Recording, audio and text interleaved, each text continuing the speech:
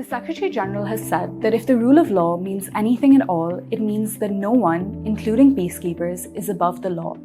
However, in practice, peacekeepers have rarely been prosecuted for crimes committed during their missions, as their home states are often reluctant to prosecute them. Some have stated that this leads to a jurisdictional gap.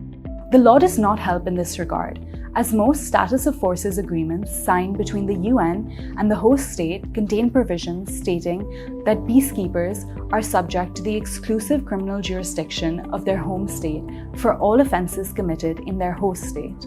However, there is no requirement that the troop contributing state criminally prosecute the actions of repatriated peacekeepers. If the home state does not hold the offender responsible, the alleged criminal will remain unpunished.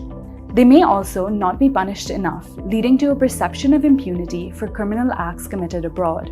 For instance, a Canadian court-martial appeal court in 1996 acquitted a peacekeeper for aiding and abetting the commission of torture of a 16-year-old Somali civilian.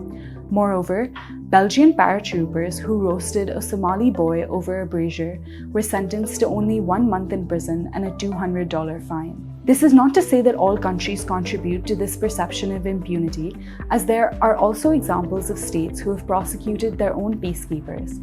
For instance, Canada held an inquiry investigating the conduct of its peacekeepers in Somalia, in which they had misused force, and one was found guilty of second-degree murder.